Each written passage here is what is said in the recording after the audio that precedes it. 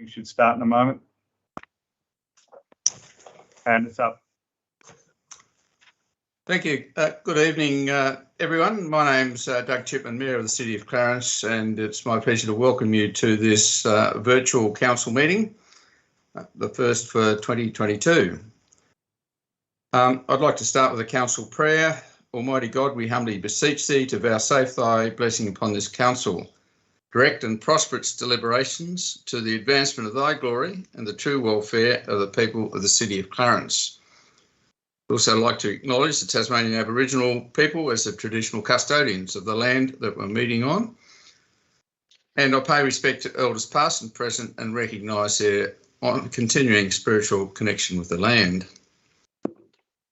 As I mentioned, this is a virtual meeting via Teams. It is being broadcast live on YouTube, and what is said at this meeting is not protected by privilege.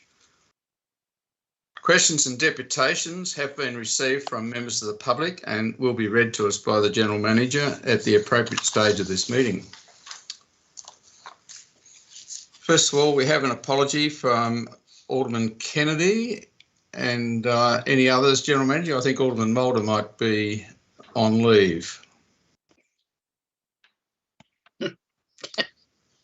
Are there any declarations of interest of Alderman or close associate? Take that as a no. We'll move to the omnibus items, item 3 on the agenda. Sorry, Mayor, I was a bit slow with my hands. I wish to make a declaration for planning item 6.2. Thank you, Alderman Walker.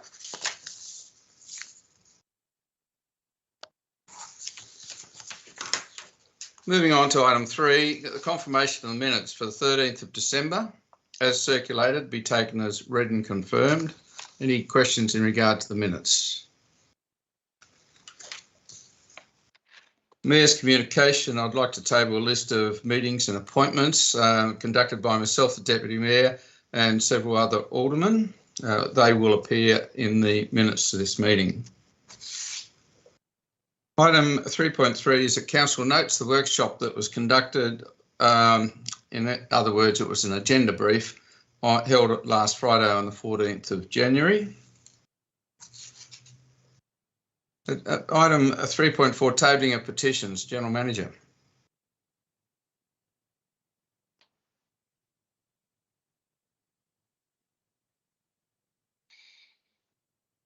You are muted, General Manager.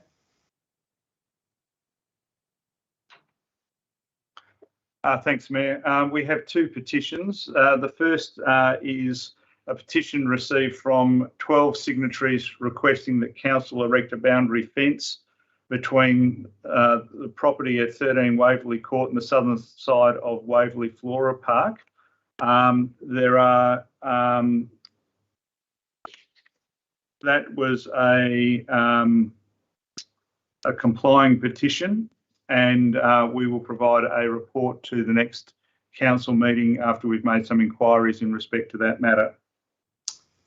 The second petition is a non-compliant petition of 41 signatories requesting council to undertake a planning study to reclassify land in the precinct from Rural Living Zone B to Rural Living Zone A in the Acton area, and to submit the outcome to the Planning Commission for approval. As I said, that's a non-compliant petition, and we are seeking to contact the petitioners to discuss that.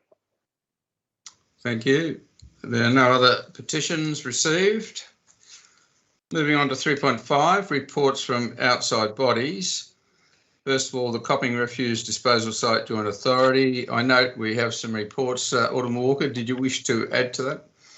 Not in this format. It's all there, and I think it's good reading. Thank you. I have nothing to report against the Tasmanian Water Corporation or the Greater Hobart Committee. Are there any other reports from special committees or representative bodies? Alderman Chong. Table the Richmond Advisory Committee meeting minutes. Thank you. I take it there are none others. Moving on to item 3.8, that Council notes the information contained in the weekly briefing reports for the 13th and 20th of December and the 10th of January. Any questions in regard to those weekly briefing reports? Yes, Mr. Mayor.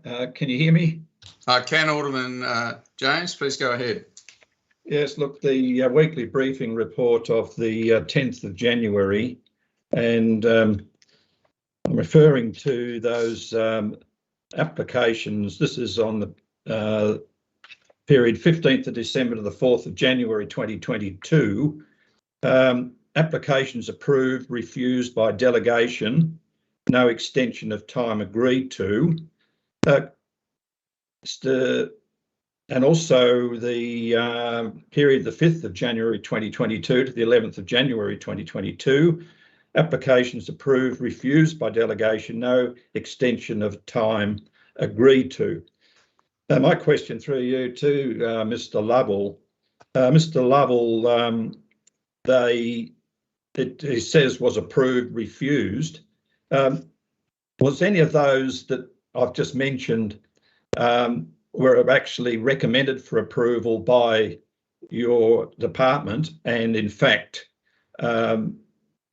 therefore there wasn't any need really for an extension of time? What I'm trying to do is as to whether or not your recommendation for approval in both those examples, was it based on the fact that the applicant didn't grant an extension of time and therefore they were approved by delegation? Mr. Lovell.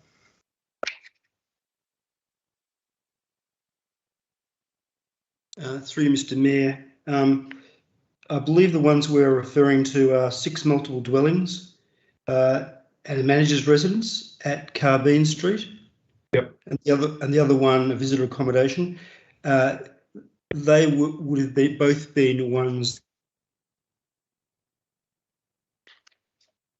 Mr. Lovell's been muted. Mr. Lovell, you've gone on mute. Sorry. We're talking about Carbine Street and Clifton Way. Can I just clarify that, please? Yep, indeed. Thanks. Yeah, both those were determined under delegation and didn't go to council, so that there was. I think the point you're questioning is whether these items went to council first. Is that correct? No, they don't have to go to council. If obviously the, I just want to know as to whether or not the recommendation from your department was to approve those, and subsequently, because there was no extension of time, therefore they were approved forthwith. Through Mr. Mayor, these were applications where no extension of time was agreed to, and therefore the officer made a recommendation to approve them, and they were subsequently approved under delegation.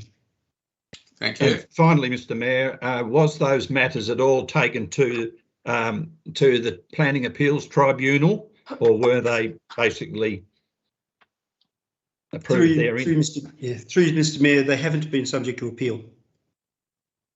Yes, I know. Were they subject to appeal or not? No, they weren't, was the answer. Thank you. Okay. Thank you. Thanks. Okay, if there are any other questions in regard to weekly briefings reports, I'll call for a motion for all those omnibus items be the officer's recommendation be adopted. Thanks, Alderman Blomley. Seconded, Alderman Chong. Could all those in favour please raise their hands? I've got to go up for hand here at the moment. Thanks.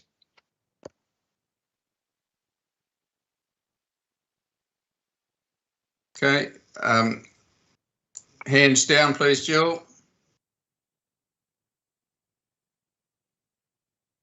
All those against? The motion is carried. Thank you. Moving on to public question time.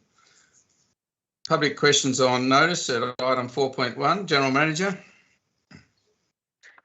Thank you, Mayor. Public questions on notice. We have one question from Ms. Anne Boxall. The question is, what steps have council taken to resolve the anomaly in fence height regulations where new dwellings are required to be built 1 metre or more above natural ground level in flood-prone areas? And if no steps have been taken to date, what is council's timeline for resolution of this issue? The higher floor level of new dwellings effectively removes 1 metre or more from the height of an adjoining boundary fence, which has obvious privacy implications. Could I ask Mr. Lovell to answer that through you, Mayor? Certainly, Mr. Lovell. Yes, boundary fencing is normally a civil matter, and it's subject to the Boundary Fences Act 1908. Council has no regulatory power to require owners to build fences above the applicable exempt height allowed by the Tasmanian Planning Scheme. Accordingly, to answer the question directly, Council has taken no steps in relation to the concern. Can I just add that notwithstanding that, it may be noted that in certain zones, questions of privacy are matters that can be taken into account in relation to the assessment of the design of a particular dwelling. Specifically, in instances where the relevant acceptable solution under the zone requirements can't be met, the design must demonstrate compliance with the relevant performance criteria. Thank you. Item 4.3 answers the previous questions taken on notice. General Manager, I understand we have one from Mr. Victor Marsh. Yes, Mayor, and the answer to that question is published in the agenda. Thank you. We'll take that as read. Item 4.4, questions without notice. General Manager. Thank you. We have three questions without notice. The first one is from Mr. Thomas Chick of Mornington. Mr. Chick's question is, Council's webpage on recycling notes that Clarence citizens should remove plastic bottle lids and put them in general waste before putting said bottles in their recycling. The Australasian recycling label, which has been introduced on an increasing number of such bottles, e.g. by Woolworths, often says that such bottles should instead be crushed and their lids replaced. Is Council's website out of date, or should citizens ignore the prominently printed ARL? And the answer to that question is that Cleanaway is the commercial facility that processes recycling material collected from Clarence, have advised directly to Council and via their website that plastic bottles and water bottles, rigid plastic bottles, should be placed empty and clean and dry into recycling bins with their tops removed. Shampoo and conditioner bottles and other rigid plastic containers should be recycled in the commingled recycling bin. Those bottles should be empty, rinsed and dried before placing them in the bin. And Council is guided by the procedures and process that the commercial processing company specifies. And the reason for asking that tops be removed, as noted on the Council website, is to address the company's safety concerns for their employees, as bottles with lids attached when crushed can direct the tops with such force that it may endanger their employees if struck by that as a projectile. It is therefore the company's view that it is safer to request tops be removed in all instances. Council is mindful of all workers' safety and therefore supports the company's request that is based on their employee safety. The second question is from Lisa Kulik of 7 Mile Beach, and the question is, my last question on notice on the 20th of September 21, you replied that the walking track at 7 Mile Beach that backs onto my property is maintained 15 metres wide as part of the Tangara Trail and is a fire break. I've noted that it was maintained on the 30th of December 2021, which was great to see. The first question is, can you please confirm how many times a year it is maintained?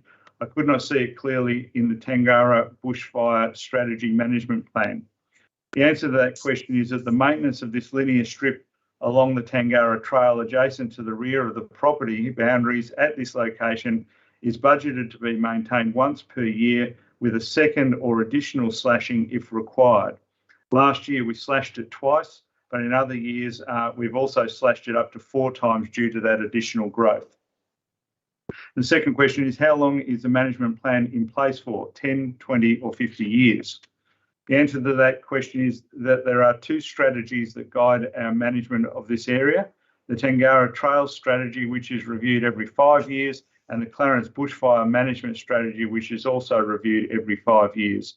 Both documents are due for revision in this coming year. The third question is from Joanne and Victor Marsh of Bellerive. And the question is that fishing is a popular pastime on the new public pier at Bellerive. Every time a trail of mess and damage is left behind, which affects the amenity of the pier, what is the current maintenance schedule for the public pier? So I think that's missing some words. The question was in relation to people fishing and leaving a mess behind in terms of that. So I'll make sure that appears properly in the minutes. The answer to that question is we've been conducting weekly maintenance on the pier with additional cleaning as required. In recent weeks, a few people have been using the pier to fish, and disappointingly, some have been using the seats to cut up their bait and to gut fish. This has left an unacceptable mess. We will increase inspections and cleaning to a daily regime for the summer holiday period, and also install signage on each seat directed at people who wish to fish. In the longer term, we will consider what else we can do to accommodate fishing in an appropriate way. That concludes the questions, Mayor. Thank you. Moving on to item 5, deputations from members of the public. I understand we have one. We have 2, Mayor. The first one is from Marie Tomes and Justin Park in relation to the subdivision application for 21 7 Mile Beach Road at 7 Mile Beach. The deputation is as follows. To the Mayor and Alderman, my name is Marie Tomes, and I have submitted this deputation on behalf of myself and my partner, Justin Park. We have lived in and been part of the 7 Mile Beach community for 20 years. We have just slightly under 1 acre of land, and through consultation with our surveyor and the Council Planning Office, we have submitted plans that comply with the planning scheme and fit comfortably and sympathetically within the 7 Mile Beach community.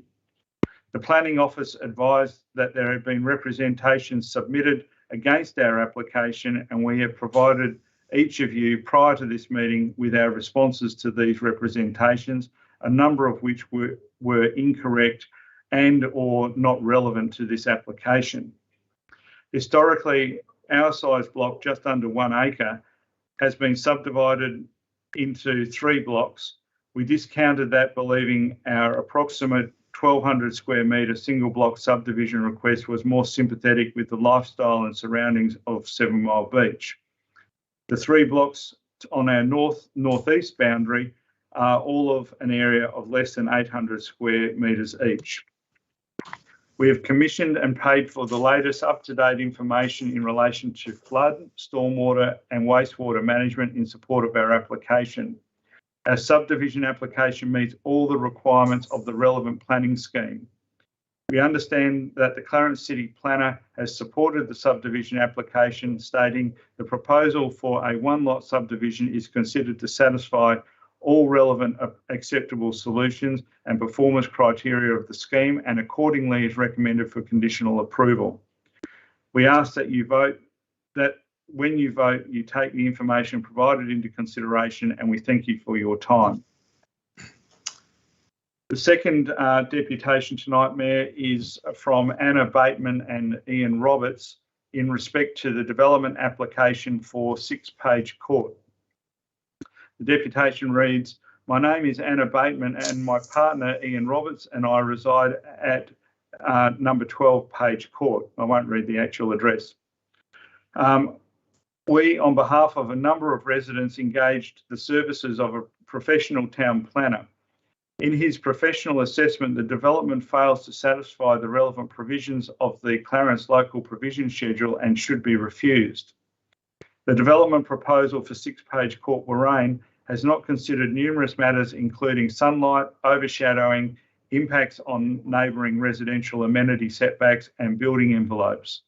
The proposal would result in a continuous wall of development approximately 65 metres in length up to 5 metres in height. Such a large continuous row of development creates an unreasonable loss of amenity to properties at 1, 2 and 3 to 8 Page Court, 1 to 6 and 8 to 12, sorry, these must be units 1, 2 and 3, units 1, 2 and 3 of 8 Page Court, units 1 to 6 and 8 of 12 Page Court, and 20, 22 and 24 Belinga Street. Our residents would be significantly impacted by this build. Like many Tasmanians, we are concerned about the availability of affordable and social housing in Clarence. However, the proposal does not show there is evidence within the development application that the proposal would be for social or community housing.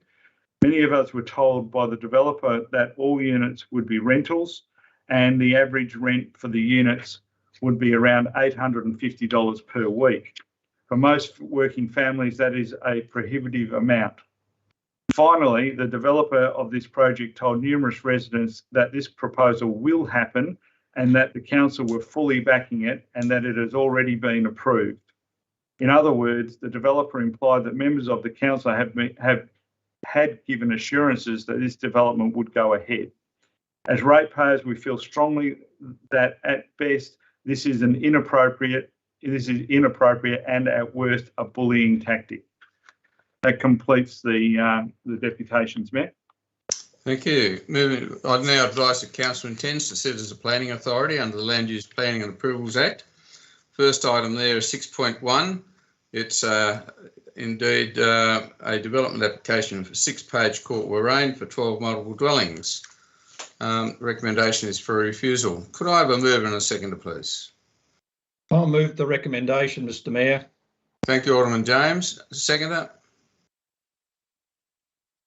Thank you, Alderman Warren. Alderman James? Thank you, Mr. Mayor. Look, as listed on the council's agenda paper on page 20, the officers have recommended this for refusal, and I'd like just to spell out the 1, 2, 3 and 4, which refer directly to the performance criteria, which is listed, of course, in the agenda. And 10.4.2, setbacks and building envelope for that results in unreasonable loss of amenity due to overshadowing. Also 10.4.2, setbacks and building envelope for all dwellings of those particular design and setback of the 9 co-joined are going to cause unreasonable loss, excuse me, of amenity due to the visual bulk.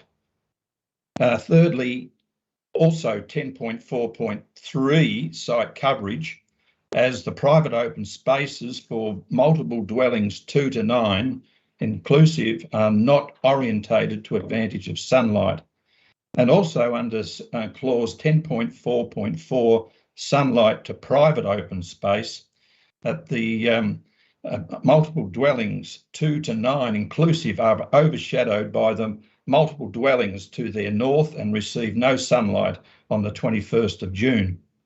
Also in part 5, the officers have referred to clause E5.5.1, and that again is in relation to existing road accesses and junctions, and is the increase in vehicle traffic is likely to create unreasonable impact on the efficiency of that.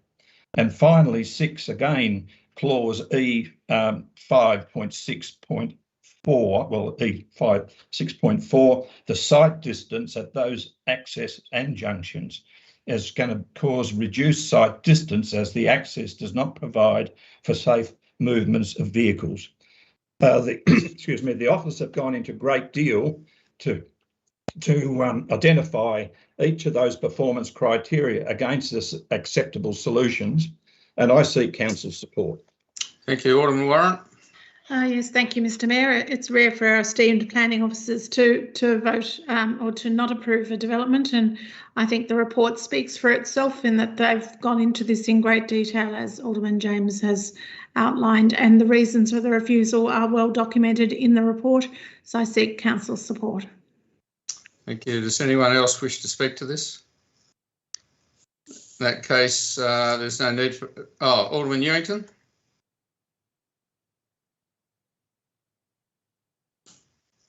You're muted, I think. Alderman Newington, you're not coming through. Control, shift and...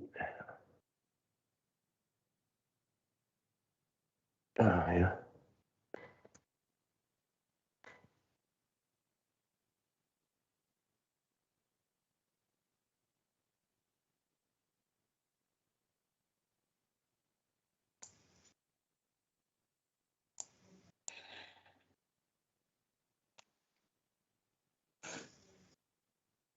I think we've got audio visual problems there, Alderman Newington. Hang on. We've got you now. Oh, can you hear me now? No, no. Yes, yeah, we've got you now.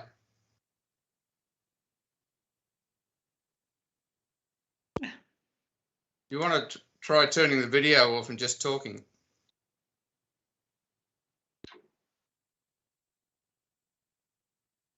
No, we've lost you again.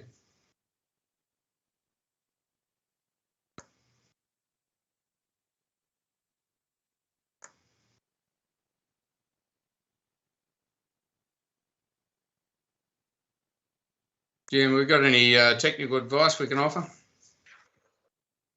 You're muted. You are muted, General Manager. Sorry, Mayor, we're working with Alderman Pearce at the moment. He's having some difficulty logging in as well. While we're waiting for that, does anyone else wish to speak to this motion?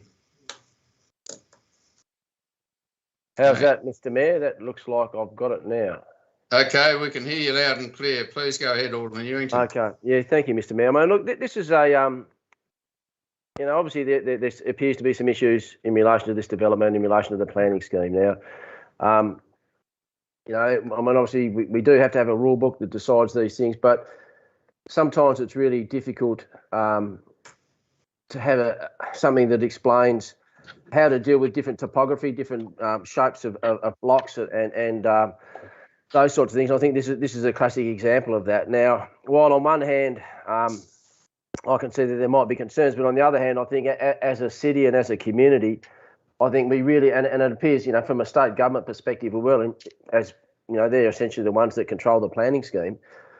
You know, I really think that, you know, hopefully, you know, we really do need to look at ways to allow these sorts of developments, you know, to go ahead. I mean, we all know that we need, you know, more infill housing. We need different types of housing. And I was really excited Alderman Newington, I'm sorry to interrupt, but we do have to confine ourselves to the planning issues involved, notwithstanding the economic case.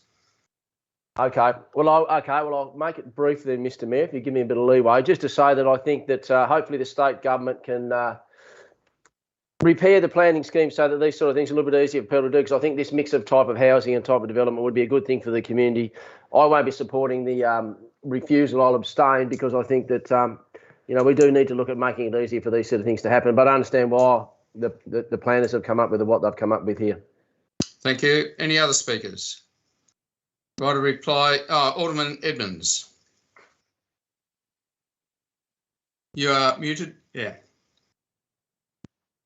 Sorry, I just had to work my way through the different things to unclick. I understand sort of where Alderman Ewington is coming from with some of his comments there, because the project to me does tick a few boxes in terms of when we went through the LPSs, we had a majority who thought that some high density there would be worth investigating. There is some pretty high density housing already, indeed overlooking that site. But as I've sort of thought about this a lot today, this project, or this DA, the reasons why I might support it, to your point, Mayor, probably aren't ones that align with the planning scheme and indeed the report which we've been presented with. And I think so balancing all those factors, the fact that we've got the report here with a refusal that's pretty comprehensive in terms of the scheme, means reluctantly I'll be, well, not reluctant, I'll be supporting the officer's recommendation. just concerned about where this might take us with a refusal now. But considering the report, I think that's the choice that I'll be making. Thank you, Alderman Edmonds. If there are no other speakers, right to reply, Alderman James. Thank you, Mr. Mayor. The proposal is recommended for refusal as the design does not comply with all applicable scheme provisions and creates unreasonable impact on the amenity of adjoining properties due to the overshadowing, etc. I seek council support. The recommendation is for a refusal. Could I ask Aldermen to vote by raising their virtual hand? I'll note yours, Alderman Von Berto. Okay, hands down, please, Jill. Could I ask for those against? Hands up, please. The motion, and I think we noted Alderman Ewington's abstention. So the motion is carried. And thank you for your patience while we work through this technology. Mr. Mayor, just noting as well that I also abstained then. Thank you, Alderman Blomley. I didn't note that, so I will now for the minutes. Thank you. Thank you. Alderman Walker, you wanted to declare an interest in the next item?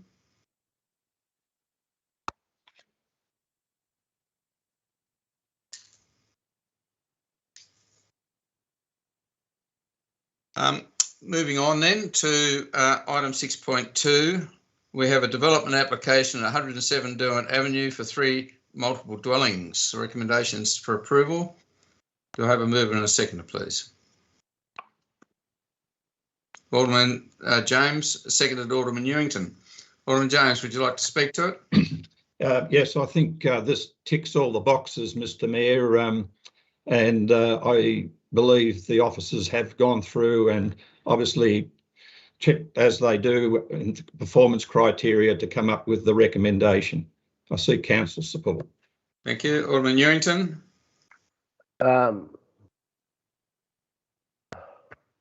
I'm trying to unclick.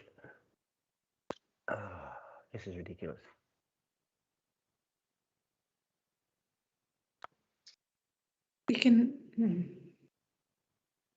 We could hear you, Alderman Ewington. Now we can't.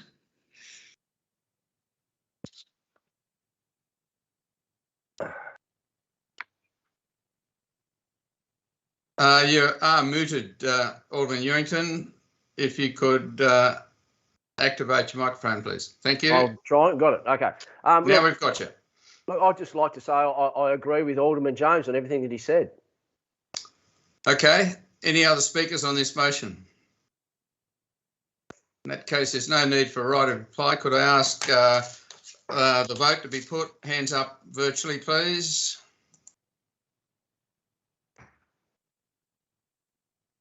And down, please, Jill. No. And hands up for those against. The motion is carried. And could we invite Alderman Walker back, please?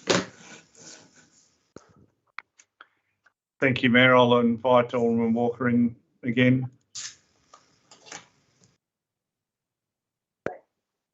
Alderman Walker is back. Thank you. Moving on to item 6.3. It's a development application at 21 7 Mile Beach Road for a 1-lot subdivision. Could I have a mover and a seconder, please, for that? Alderman Walker, thank you. And Alderman Ewington, thank you. Alderman Walker, would you like to speak to it? And Jill, could we put hands down, please? Thank you, Your Worship. Look, as you go through the report, I think probably the most telling thing for people to do is look at attachment 1.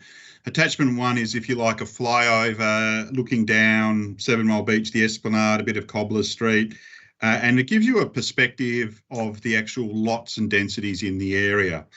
And as has been mentioned in this process, I think with the lot size, they can probably, as of right, 3 in a subdivision. and given the current climate and the way we are seeing things, other applicants might have even tried for 4. So I think 600 metres is providing, if you like, a reasonable amount of scope for drainage, for the stormwater issues that are real and that people do feel in the area. And I'll note that they're issues that my voting record demonstrates being cognisant of. But if you go through the report, you see the officer's recommendations. And again, I think the number one thing that will be playing on Alderman's mind as they come to the deliberations, more than anything, does come down to that issue of stormwater. And again, I'd ask you to review what the report says, and I'd ask you to bear that in the context of the density that's being sought here. And that's my words. Thank you. Alderman Ewington. You're muted.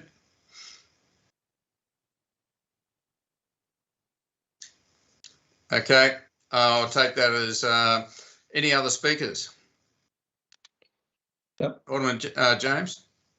Look, I think Alderman Edmonds was first before me, wasn't he? Look, you've got the floor. Please don't confuse us, Alderman James. I'll come to Alderman Edmonds next. Not trying to confuse. I just have a couple of questions through you to the manager of planning, and it may be a question to Mr. Ross Graham in his capacity as manager of asset management. But I'm just concerned in as much as the location of this property to Acton Creek, and also it appears that the flood hazard report has been provided, and it does tend to refer to flooding of the creek, in particular in relation to this property. Would Mr. Lovell or Mr. Graham be able to clarify that for me, because it just seems as though that is one of the key factors that the representatives, when they put in their representation, referred to this. Mr. Lovell, could you comment on the planning assessment in regard to this flooding issue?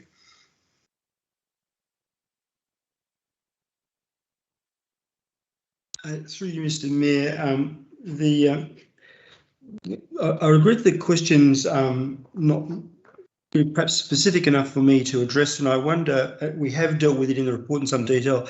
I wonder perhaps whether our engineer might be, Mr. Graham, might be in a better position to talk about flooding of the creek. Mr. Graham? Yes, through you, Mr. Mayor. Just hold on, I'll just pull up the report again. So the proposal provided a engineering report and indicates that the floor level or that the area is subject to 1 in 100 flood, but the required floor level will need to be designed and installed to be 300 millimetres above that, and that the assessment would not increase flood levels on off-site or adjacent properties. So it satisfied the scheme, Mr. Mayor. Thank you. A follow-up question, if I may, Mr. Mayor, to Mr. Graham. There doesn't appear that there is any condition within the council's recommendation in relation to that flight or height variation. Does that come when they actually put in the building application, or is it, or does it not appear, or shouldn't it appear in one of the conditions in relation to this? Through Mr. Mayor, it is required as the building application. The building surveyors, for them to approve it, have to meet that requirement. Thank you. Alderman Edmonds. Thank you. Yeah, just to indicate my support for this application. I know a lot of the points have already been touched on, but also the fact that they worked with their neighbours around this and consulted, to reaffirm the point that, as Alderman Walker made, that there could be extra another lot or indeed two more potentially on this site. I think the way that they've looked to deal with the concerns that were raised in the representations, which have indeed been reaffirmed in our officer's report to meet the scheme, gives me confidence in supporting this this agenda item. Thank you. Alderman Blomley. Thank you, Mr. Mayor, and likewise, I'd just like to compliment the officers on the quality of the report they had before us this evening. Anything in the 7 Mile Beach area is understandably sensitive. It's important that we get it right, but as has been touched on by some of the previous speakers, this lot size of just under an acre could have been subdivided into 3 blocks. However, the proponent's view is that approximately 1,200 square metres, a single block subdivision is more than sympathetic with the lifestyle and surrounds of the area. They've consulted with their neighbours, which has been great. Also, the commissioning of the latest flood, stormwater, wastewater management information is something that's been thoroughly interrogated or investigated by the officers, and it's important to note that this does meet all the requirements of the relevant planning scheme. So for that reason, Mr. Mayor, I think it's a top quality development application, and I'm very pleased to lend my support. Thank you. Any other speakers? Alderman Walker, right of reply. Yes, look, as has been touched on, I do appreciate the calibre of the report done by the officers. And I also appreciate the input of my colleagues into this. And I actually think these are the sort of matters that do warrant reports being done and us actually discussing them, because it can be complicated with subdivisions in this area. So again, touching on the plot size, touching on the management issues as and the remedies mentioned in the report, I seek support. Thank you. So the motion before the chair is approval subject to conditions and advice. All those in favour, please raise your hand. Against? If first of all, get the hands down, please, Jill, and all those. Wait for a moment. All those against? The motion is carried. Thank you. That concludes our business as a planning authority. Mayor, I'd just like to note that Alderman Pearce has just logged into the meeting. He's had some trouble tonight, so he's now in and present in the meeting. Well, Alderman Pearce, can we welcome you aboard? Nice to have you on board. Thank you, Mayor. We're now moving to the next item in the agenda, which is 8.1 Notice of Motion, Alderman Edmonds. Do we have a seconder for Alderman Edmonds' motion, please? Thank you, Alderman Warren. Alderman Edmonds.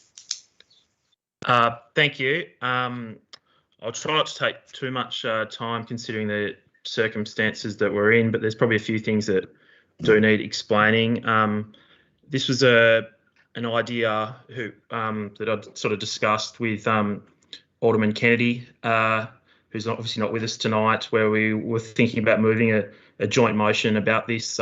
In the preceding period of time, we sort of wanted to pump the brakes and maybe ask some questions on notice and then request a workshop where we could sort of all hammer out a bit of a policy idea. And in the meantime as well, Hobart City Council announced an eerily similar policy that I think the General Manager might need to do an audit of our emails to see if they're reading them. Anyway, nevertheless, that's why we've ended up with a motion now, which I obviously said I would have liked to have done more workshopping with, and that is, yeah, similar to what another city's doing. But, just because someone else is or isn't doing something isn't necessarily what Clarence cares about. But I just thought that background was important, and obviously, and it was done in a period where things were obviously moving very fast, particularly, a fortnight ago, Omicron was a bit of a wild ride for everyone. It was such a change in the landscape in Tasmania, going from the environment we had to the environment we've been given. So yes, as I said, it's clear that Omicron is far more spreadable disease and has and this has coincided with governments moving away from the policies that we'd sort of gotten used to over the past almost 2 years. Those quick changes to policy with very short notice has led to like immediate challenges to many businesses, not limited to, but health, obviously, retail, and hospitality, as we're discussing tonight. This approach, as we talked about in the agenda paper, is a policy to waive some fees in the short term, literally until the end of daylight savings, basically the end of March, so only just 2 months. It is trying to be pro-business, but it's also like pro-people, pro-residents. I think it's about giving those residents who would prefer to probably not share indoor spaces the option to still support local business, and for businesses to sort of be able to try before they buy, so to speak, in that sort of 2 to 3 month window to experiment. And if they want to embrace outdoor dining, to see how it can work without that sort of overhanging charges that might, especially at a time of financial uncertainty, be difficult for them to reach into their pocket to take that risk. I think we can encourage them to take a risk, and and then again, as it says in the motion, we can workshop where we land with that going forward.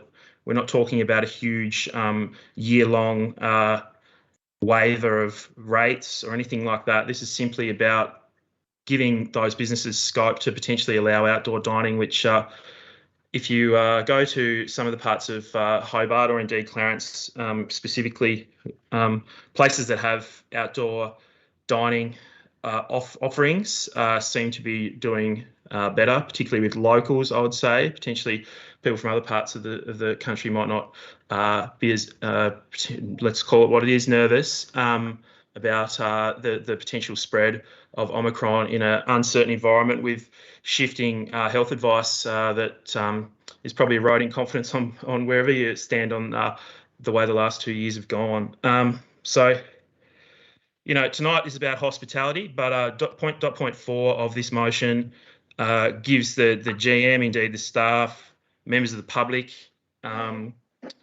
business, that includes businesses obviously, and indeed the rest of us aldermen, scope to workshop further ideas to help our community, including our business community, get through this latest COVID challenge and uncertainty.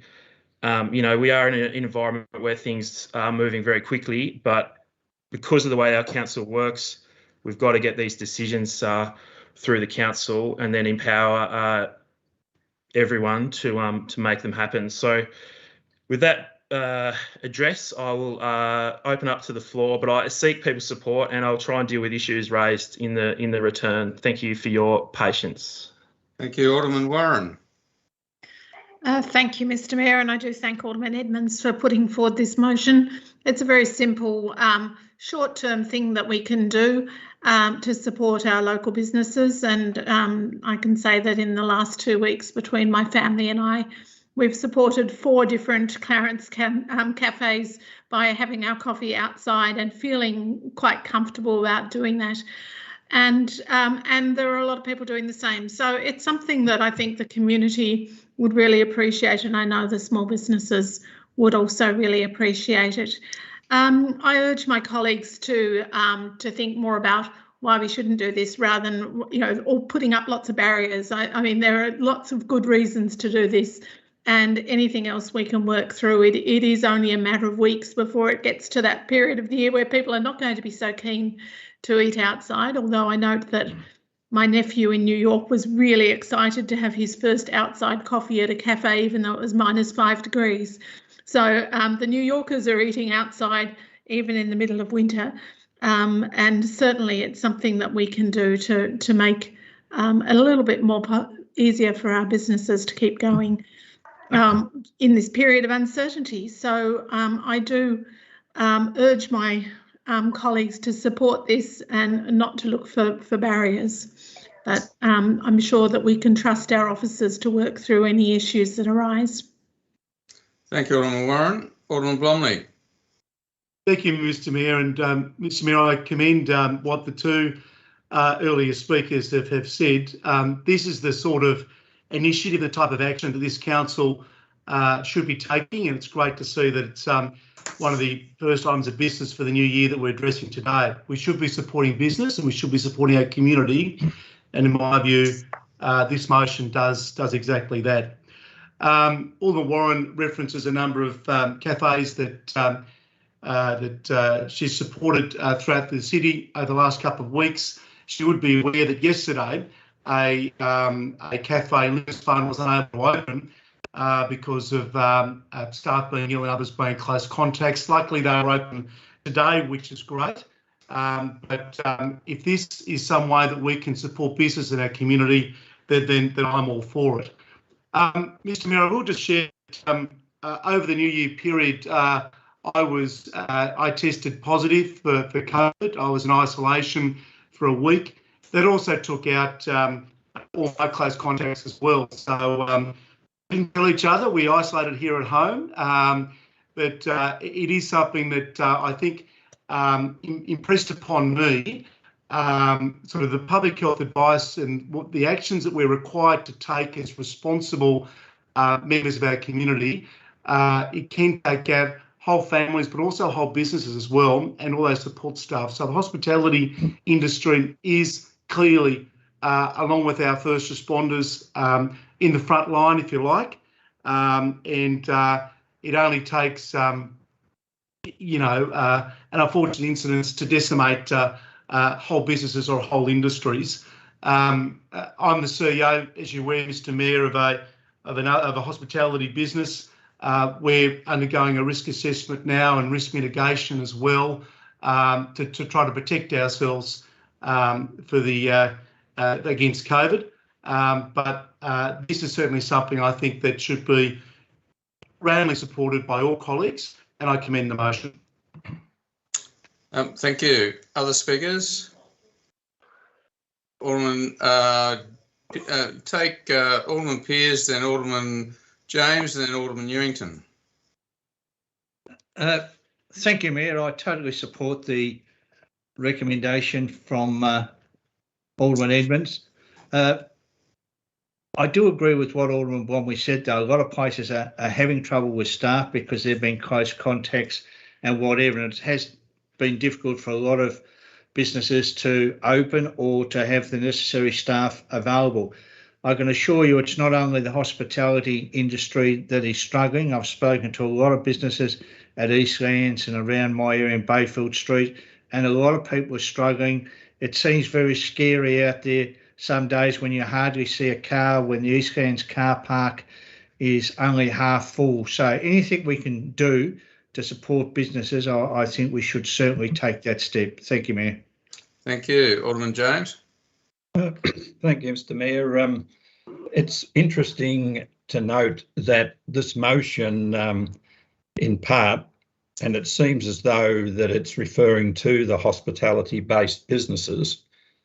But then again, in the opening paragraph, the mover has stated the impact this is having on local businesses, particularly hospitality-based businesses who have been forced to close or scale back their operations.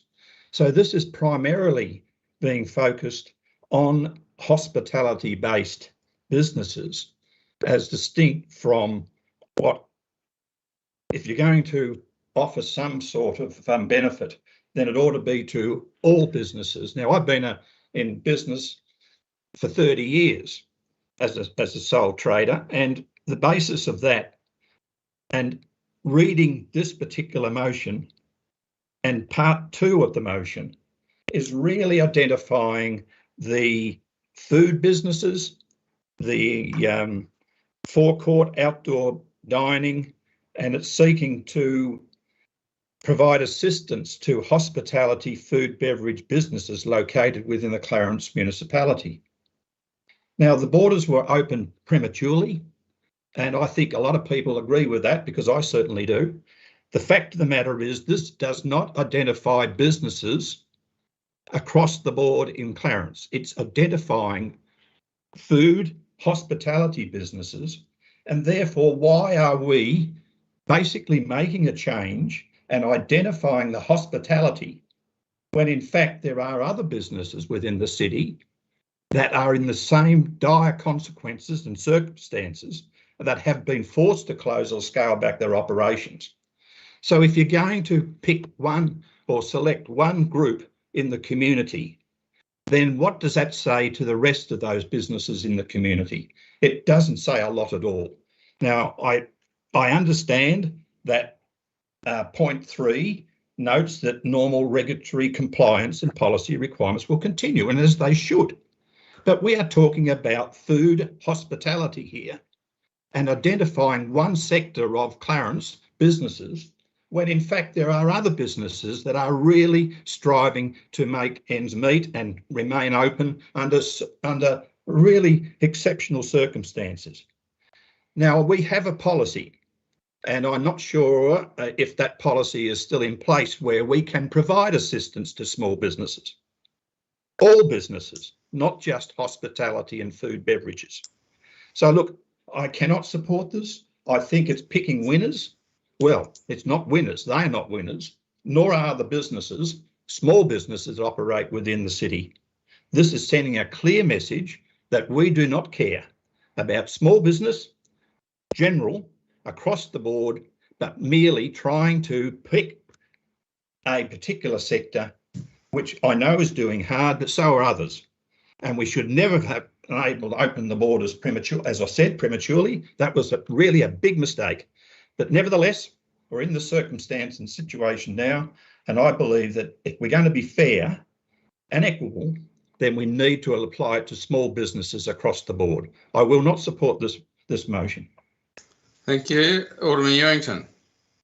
Yeah, thank you, Mr. Mayor. Look, I mean, Alderman Jones makes a couple of good points in relation to the selective nature of this motion. I mean, look, I'll be upfront and say I'm going to support it because I believe, I mean, the bottom line is that these problems that businesses are facing are actually caused by government policy. And, you know, it's probably, well, it's outside of our hands, but I disagree with the claims made by, I think it was Alderman Jones, that suggested that the borders were open prematurely. I certainly don't hold that position. But I mean, the reality is we need to learn to live with COVID, and hopefully I'd prefer to be, you know, passing a motion to ask the government to actually tell us what living with COVID looks like when it's all ended, and actually start telling us about what that's going to be, how we're going to manage it, how we're going to start treating people like adults and allow them to actually manage their own affairs and give businesses some surety about what they know they can do in terms of close contacts and what they know they can do with, so that these sort of closures don't happen because of changing definitions of close contact, changing periods of isolation and those sort of things, because that's what's causing more concern. And to be honest, I mean, us waiving a few fees for a few businesses is going to make virtually no difference to their trading, you know, success or failure. It really isn't. It's not a lot of money, but I think the gesture side of it and looking at it is, I'm certainly happy to support it, but, you know, really it should be across the board with all businesses, but that's only going to occur when we start to get some honest guidance about, I mean, I know there's some uncertainties out there with some of this stuff, but, you know, we should know what it looks like, what it's going to look like in living with COVID. We should be told that now so that people can start planning for this sort of stuff. But, you know, at this stage, happy to support it, and I'll be interested to see what the GM comes back with other support that we can actually provide for other businesses. I'm certainly interested in looking at that, because I don't believe that hospitality is the only one that deserves support.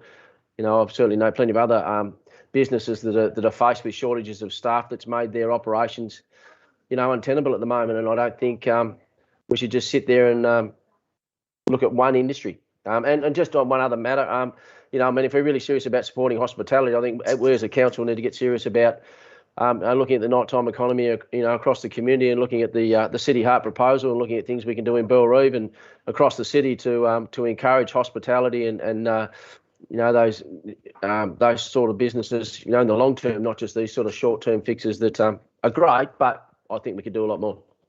Thank you. Other speakers? Alderman Walker. Thank you, Your Worship. I'll just touch on one thing, is that there's a big role, obviously, for governments at all levels. But I think probably the most impressive element through these really challenging times has been the community. And I noticed with the local Facebook page that represents my postcode that the tougher it gets, the better the community responds. And I was just so proud to be part of a community that was doing things like making biscuits and giving them away, contacting other people to see if they could shop for them, helping people source masks, sanitisers and other things. So, and that reflects the wider Clarence community, and it is one of the better things that in many ways, I see it all the time when a business gets in potentially a bit of trouble. I often see the community rallying around them, and they're probably the mainstay, not a handout from one level of government or the other that's going to help most of the small businesses in Clarence continue on. I am one of the small businesses in Clarence. Unkind people might say a micro business. But unlike some professions, my business is not a pajama job. I can't Zoom call in with a scalpel to someone. So I just ask people to reflect on that. And the reason I bring that up is this is a long process. In fact, I said 2 years ago, this is a marathon, not a sprint. And that's why you don't just do untargeted, carte blanche, helicopter money with rates. Support. You have to be targeted and judicious, and that is what I commend Alderman Edmonds for doing here. There is a couple of sectors that are particularly feeling the pinch, and hospitality is pretty much top of the list. And what this motion is doing is it's not a bailout. It's not picking winners either. It is trying to say here is a way to help you transform and adapt, and it is doing so. In a considered fashion too, because one of the constants with COVID's, and let's we could do all the Fauci flip-flops about, you don't need a mask, you need a mask, do this, do that. One of the constants with COVID is that it's agoraphobic. It hates the inside. It doesn't like sunlight, and the outdoor settings are the safest settings. That has been a constant through, and that is what will give people confidence. Another positive spillover with this motion is that the more people you have eating on the streets, the more the streets are activated, the happier and safer people feel to be walking down them. So this isn't helicopter money. It's a sliver. It's for helping businesses along, but it's for helping them transform. It's for helping them help themselves. So we really do need to be thinking along this line. Now, if someone can come up with a similar thing for alfresco hairdressing or something like that, and another industry that's doing it tough, I'm going to be all open to hearing these things. But to criticise this because it's not across the board, if you're in a pajama job, which I'm not, that's capital H hubris and capital H hypocrisy. So I ask you to reflect on all your views. I ask you to reflect on the timely, judicious, targeted nature of this, and I ask you to please back it. That is enough ranting for me on this motion. Thank you. Any other speakers? Alderman Edmonds, right of reply. Thank you.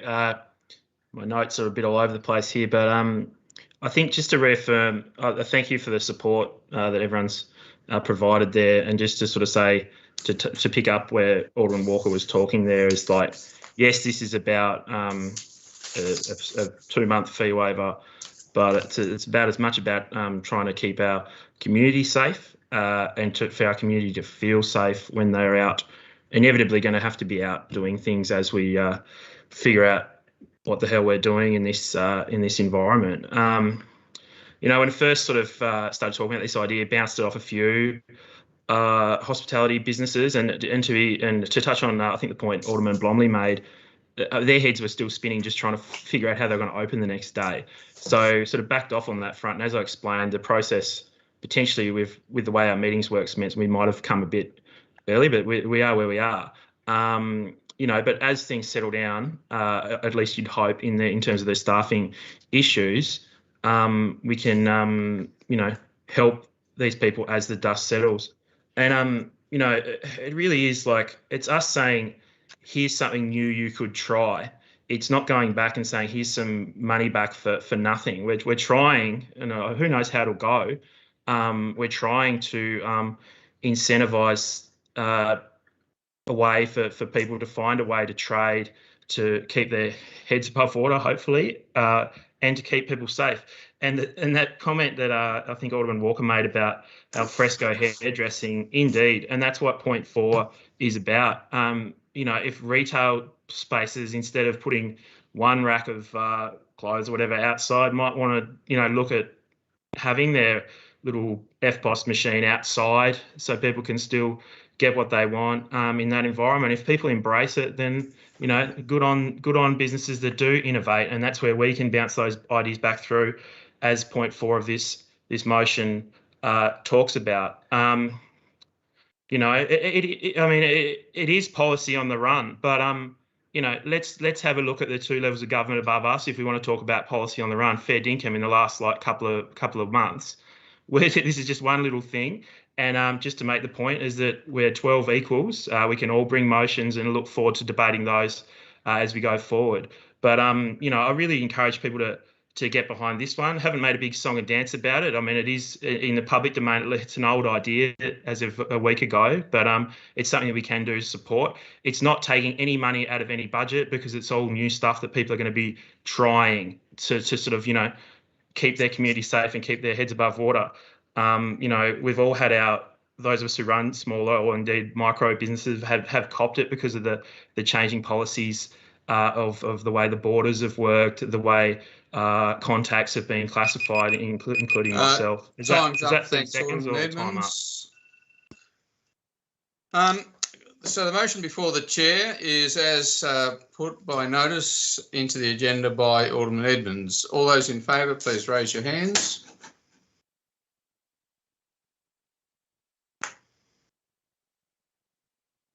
I have 7, and those hands down, please.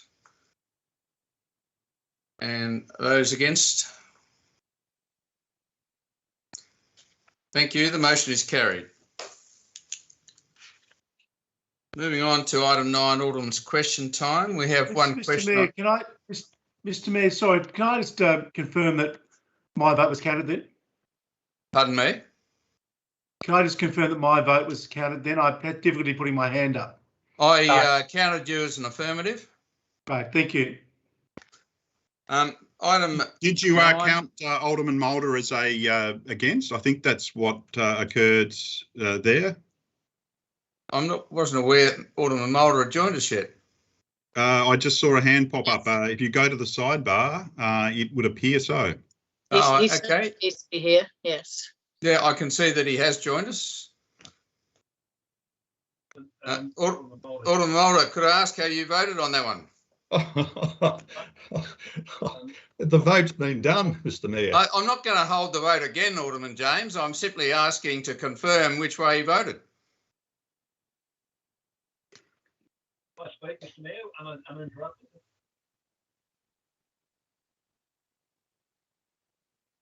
You hear me, Mr. Mayor? Yeah, loud and clear. Thanks, Alderman Mulder. Just want to confirm that you voted for that last motion. I voted for that last motion, Mr. Mayor, and I had the opposite problem to Alderman Bromley. I had trouble lowering my hand, so that was it. Thank you for confirming that, Alderman Mulder, and welcome to the meeting. Moving on now to item 9, Alderman's question time. We have a motion on notice, a question on notice from Alderman Warren and Alderman James. Alderman Warren, I asked the GM to respond to both of those. Those questions are in the agenda papers and take them as read. General Manager. Thank you, Mayor. In response to Alderman Warren's questions, there are 3 of them. The answer we provide is as follows.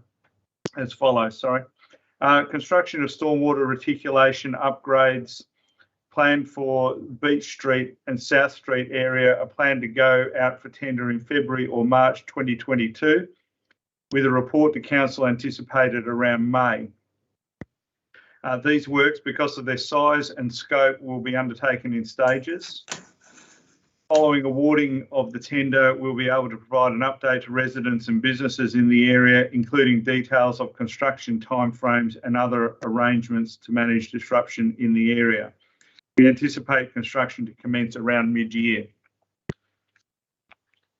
In respect to the second question, designs are being finalised for upgrades to the stormwater system at Percy Street and Cambridge Road intersection in Belrive Village. We expect to advertise the tender for these works in approximately March or April. All things being equal, we expect to provide a report to Council before the end of this financial year, with construction likely to commence later in this year, 2022. In regard to the third question, we are advised that the flooding at Eastlands was caused by the building's guttering and stormwater systems being overloaded. The flooding at the Rosny Hill Road intersection was due to sheet flow of water down Rosny Hill Road and Blythe Street to the low point in the intersection. Due to the suddenness of the deluge, the Rosny Hill Road stormwater pits were unable to cope with the volume of water immediately. However, the water had dispersed within approximately 30 minutes, which is normally regarded as acceptable for such rain events. Kangaroo Bay Rivulet did not contribute to the flooding of Eastlands or the Rosny Hill Road intersection by breaking its banks during the rain event. Those are the answers to those three questions. Alderman James also provided a question on notice in respect to stormwater upgrades for Bellreef Village. And if it's acceptable, we'll take that question as read. But the answer is Council has approved funding for the Percy Street, Cambridge Road intersection stormwater upgrades in its 2021-22 estimates. As indicated in response to Alderman Warren's question, designs for this work are being finalised and we expect to advertise the tender in March or April with the aim of commencing construction later in 2022. We will provide business owners in the area with an update on the expected timeframe for tendering and construction of these stormwater upgrades. In accordance with our usual practice, we will also require the preferred contractor to communicate specific construction arrangements, including traffic management and other details, directly to business owners as a part of the construction program. Thanks, General Manager. Moving on to item 9.3, answers to questions from the previous council meeting. The answers are in the agenda papers. We'll take those as read. Item 9.4, questions without notice. Can I take that alphabetically, but commence with the Deputy Mayor, Alderman Chong, and then Alderman Blomley? Nothing from me. Thank you, Mr. Mayor. Thank you, Alderman Blomley. Thanks, Mr. Mayor. Mr. Mayor, I have two questions, both relating to the severe weather event of Friday the 7th. The first one is you be aware of the damage and to the Eastern Highway, but also the flooding of homes as the water cascaded down towards the Esplanade and to the river. A number of homes were flooded and were damaged. One resident lost a fence, so it was quite severe. My question is, have we, particularly that area between Ronnie and Shaw Street of Rose Bay, Lindisfarne, have we contacted the state government, particularly the Minister for Infrastructure and Transport, regarding the need for adequate drainage in that area there? General Manager. Thank you for the question. Unless Mr. Graham has anything to add, I don't understand that we have contacted anyone within state government about those areas. We'll take that on notice then, Alderman Blomley, and see if we can follow that up. Great, thank you. And my second question is sort of relates to the same situation, and that is that night where residents were dealing with this severe weather event, the council works crew came out about 9:30 on that Friday night and assisted a number of residents, bringing a brick fence that had fallen over, bringing that back into the property, securing that. So my question is, Mr. Mayor, could you or the General Manager please extend to our works crew the appreciation of many grateful residents, particularly those at Rose Bay that were just, as I say, so appreciative of the assistance they received from our hardworking staff. Thank you, Alderman Blomley. We'll certainly pass that on. Alderman Edmonds. Thanks very much. With regards to the questions on notice, and I think when I sent an email around, like we're all sort of dealing with different people on different issues because there's so much flooding that's occurred. And I was really encouraged what the General Manager said about providing some info to businesses about when the works might have started. I wondered if we could consider in our comms as well an update for residents about the, because if it's just dribs and drabs through various aldermen, it might be better with this issue, with the way that it's going to be staged, to have a proper comms package, a bit like what we did with the estuary things. Well, I'm not saying we have to have a pop-up event, but certainly like a fact sheet or something like that, to sort of, so everyone knows where they're coming from, and we've got a consistent message out there about this is when things are coming and why. And then if you've got further queries, please, blah blah blah blah. Is that something we can do? Certainly, we'll follow that up. It's a good suggestion, Alderman Edmonds. Did you have a second question? I did. It was just to, well, it's a bit like what Alderman Blomley just said. I just to really acknowledge the hard work that everyone put in around the test match. And I know the COVID threw a lot of spanner in the works around the planning for that, but I thought the city looked fantastic. So congratulations to everyone involved. Is that a question? Look, it is a point. If we could focus on the questions, that would be appreciated. Also, do appreciate the sentiment that's come forward in terms of thanking our staff for the effort through a very difficult time. Alderman Newington. Yeah, thank you, Mr. Mayor. Look, just a quick follow-up from the information about the questions I asked in the last meeting. You'll note in there that I did actually ask for a list of the sites or the locations where we place these signs. These signs are now a waste of time, to be honest, because the check-in signs. And then also, I just wanted to clarify, so if I could get the list of the locations of the GM, if possible. Certainly, we'll follow that up. That would be appreciated. And the other thing is just to confirm that the amount that you've put in there, the installation cost, is only for the cost of the signs. It doesn't include staff time and liaison with the health department and all those sorts of issues. It'll be just the staff time. I'll need to go back and check the response that we provided, Alderman Newington. It was a couple of weeks ago when we drafted that, and just got back from leave. Yeah, no, that's fine. But if I get the list of the locations and just to confirm the costs or breakdown of those costs, if that would be appreciated. Thank you. Thank you. Alderman James.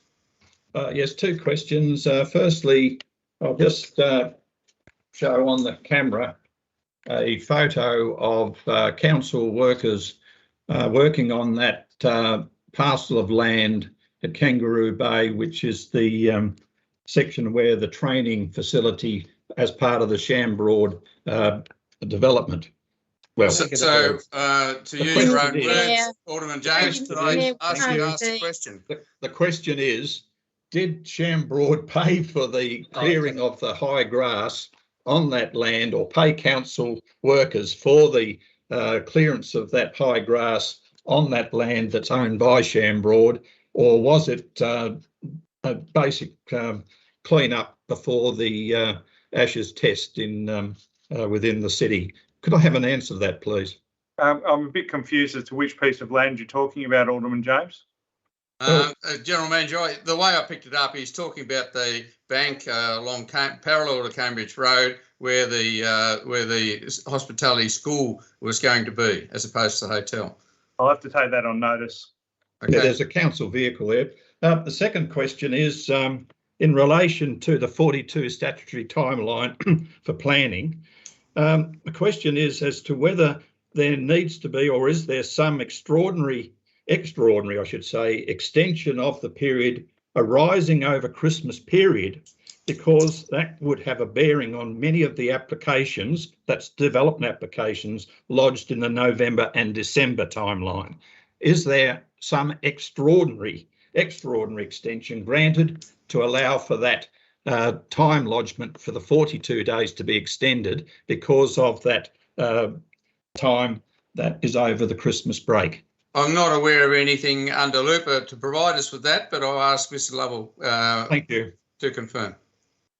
Through you, Mr. Mayor, yes, the Act provides that if that the 42 days doesn't include days where the office is normally closed.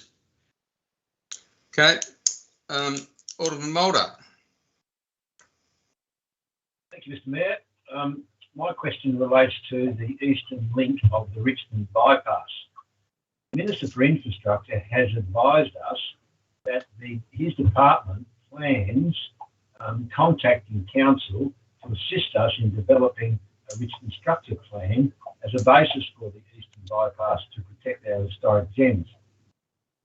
Has that contact been made, and what is the time frame for developing the plan? Mr. Graham, perhaps you could help there. I'll have to take that one on notice, Mr. Mayor. I haven't heard of that particular item in that, so I'll take that. Thank you. Alderman Mulder, did you have a second question? No, Mr. Mayor. Thank you. Alderman Pearce. Mayor, I think my questions have been already asked by different aldermen, mainly to do with the storm events and like all of the others, I'd like to thank our staff. Also, Mayor, while I'm about it, I'd like to thank the staff tonight for trying to get me on this meeting with the computer problems I was having. Thank you, Alderman Pearce. Alderman von Berto. No, thank you, Mr. Mayor. Alderman Walker. Thank you, Your Worship. My question relates to the e-scooters that are gracing Launceston and Hobart City Council. Had some issues raised with residents expressing concern about where Clarence stands. So I guess whilst it's not something that we've really deliberated on, I think perhaps to give the community some comfort, if the steps that would be involved for that to happen could sort of be generalised, then when we're having discussions with members of the community, we can let them know that that's what would need to happen, or they would be what the potential steps are.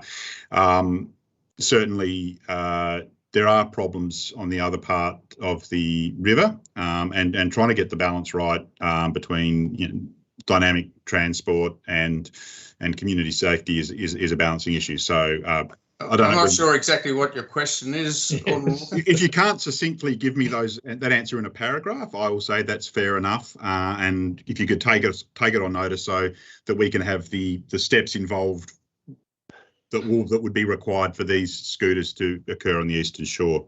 Okay, thank you. And was there another question, Alderman Walker? Yeah, look, I don't expect an answer to this straight away, but I'm wondering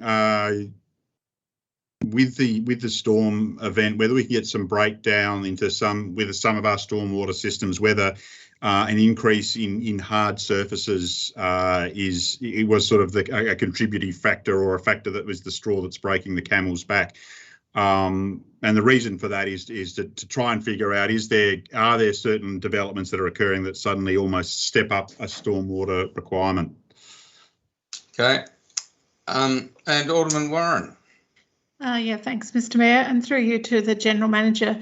If we're contacting the state government to ask for an update on the damage to the East Derwent Highway, would it be possible to include some consideration of planting along that area? Because it seems to me like there was nothing to hold the soil on, and it just washed away and took all the bricks with it.